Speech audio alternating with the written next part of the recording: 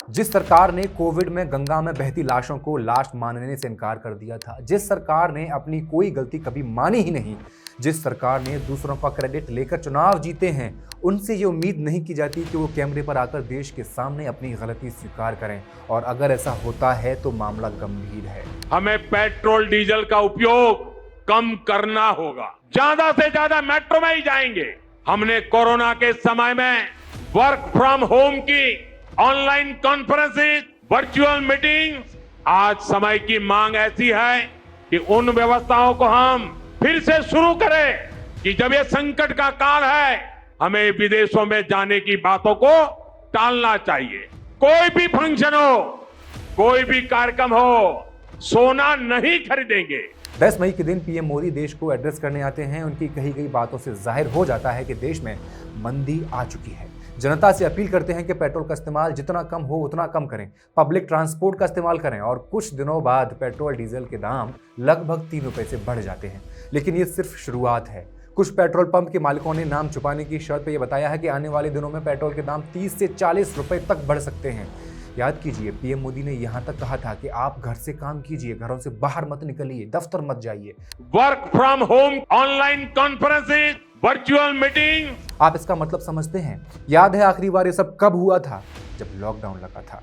हालत बेहद गंभीर है, नौकरियां खत्म हो रही हैं। एक्सिस बैंक ने 3000 एम्प्लॉयज को बाहर कर दिया है। मेटा ने 8000 एम्प्लॉयज को बाहर कर दिया है।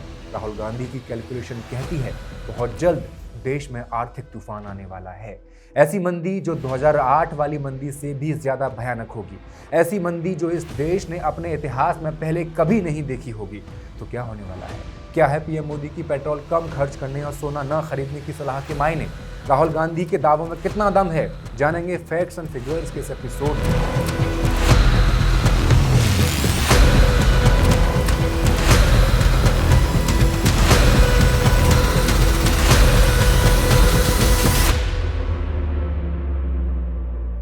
नमस्कार, मैं हेमंत और आप पॉलिटिक्स देख रहे हैं। 2009 से 2014 के बीच मनमोहन सिंह सरकार के दौरान क्रूड ऑयल यानी कच्चे तेल की कीमतें $100 से $110 प्रति बैरल के बीच हुआ करती थीं।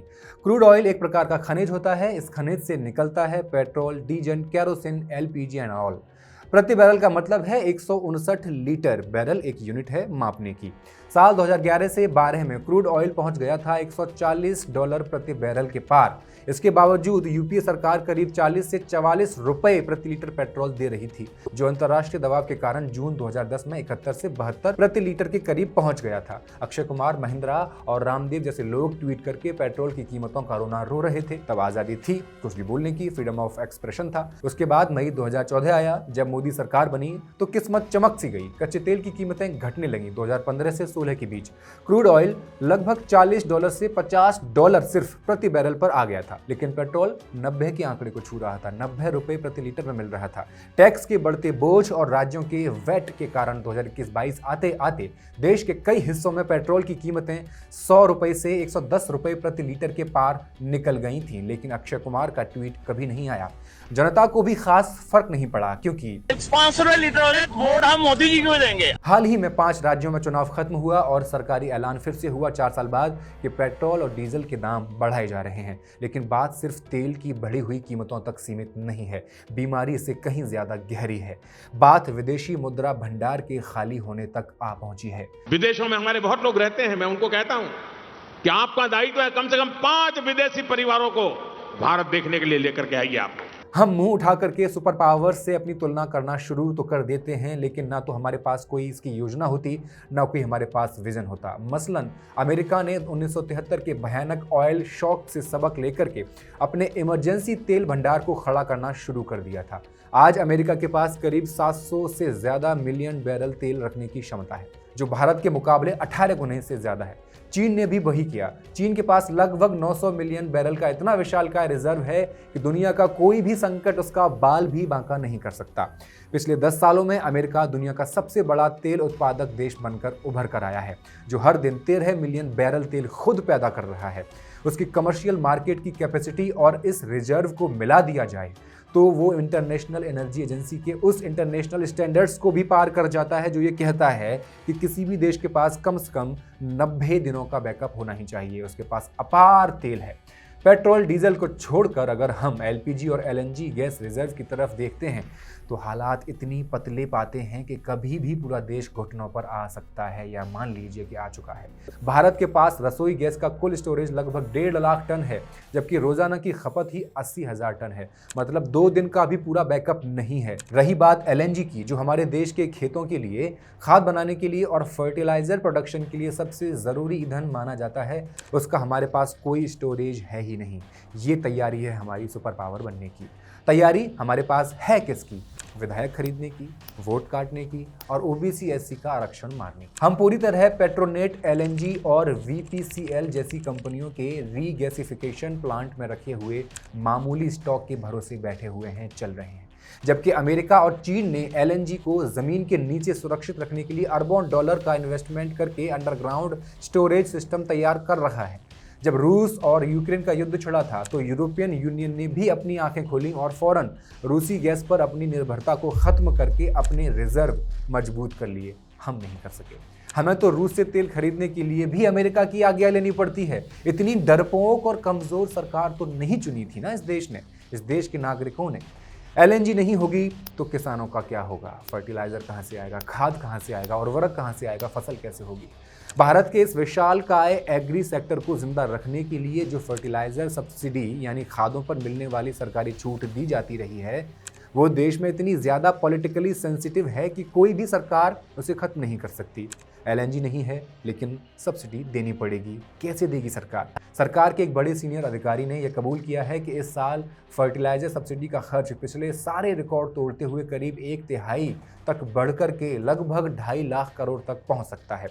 एक बड़े बैंक के टॉप इकोनॉमिस्ट ने नाम न छापने की शर्त पर बताया कि जब इस वैश्विक युद्ध और मंदी के शुरुआती दिन थे, तब मोदी सरकार ने अपनी पीठ थपथपाने और इमेज चमकाने के लिए देश की ग्रोथ और महंगाई को कंट्रोल में रखने का ढोंग किया था, क्योंकि इलेक्शन आने वाले थे।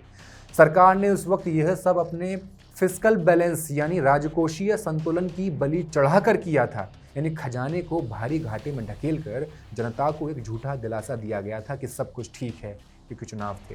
अब सरकार जो भी नए और कड़े कदम उठाने जा रही है, उसकी सबसे बड़ी और दर्दनाक मार देश के इकोनॉमिक ग्रोथ और महंगाई पर पड़ने वाली है। महंगाई और ज़्यादा तेज़ी से पैर पसारेगी। आशंका ऐसी है कि देश का पूरा बैंकिंग सिस्टम हिलने जा रहा है। ब्याज दरों का बढ़ना बिल्कुल तय है। कैपिटल इकोनॉमिक्स के बड़े बड़े एनालिस्ट्स ने ये बाकायदा एक चेतावनी दी है कि दुनिया के जितने भी इमर्जिंग मार्केट्स हैं, उभरते हुए बाजार, उनमें से भारत उन चुनिंदा देशों में सबसे आगे खड़ा है जो आने वाले कुछ ही हफ्तों के भीतर अपनी मॉनेटरी पॉलिसी को बेहद टाइट करने वाले हैं। आसान भाषा में समझिए, बैंकों से मिलने वाला हर तरीके का लोन जो होगा, चाहे वो होम लोन हो, कार लोन हो या पर्सनल लोन हो, सब कुछ बेहद महंगा होने जा रहा है। आम आदमी की ईएमआई अब बढ़ने जा रही है।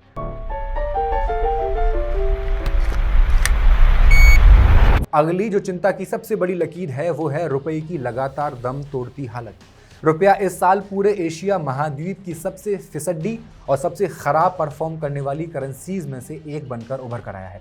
शर्मनाक बात तो यह है कि अमेरिका और ईरान के बीच छिड़े इस भयानक युद्ध से पहले ही रुपए की हालत वेंटिलेटर पर पहुंच चुकी थी, क्योंकि विदेशी निवेशकों का भारतीय शेयर बाजार से भरोसा पूरी तरह उठ चुका था। इसको समझिए। और वो लोग मंदी की आशंका के डर से अपना पैसा समेटकर भाग रहे थे अपने अपने देशों में। बाकी युद्ध ने रही सही कसर पूरी कर दी, रुपया गिरा दिया।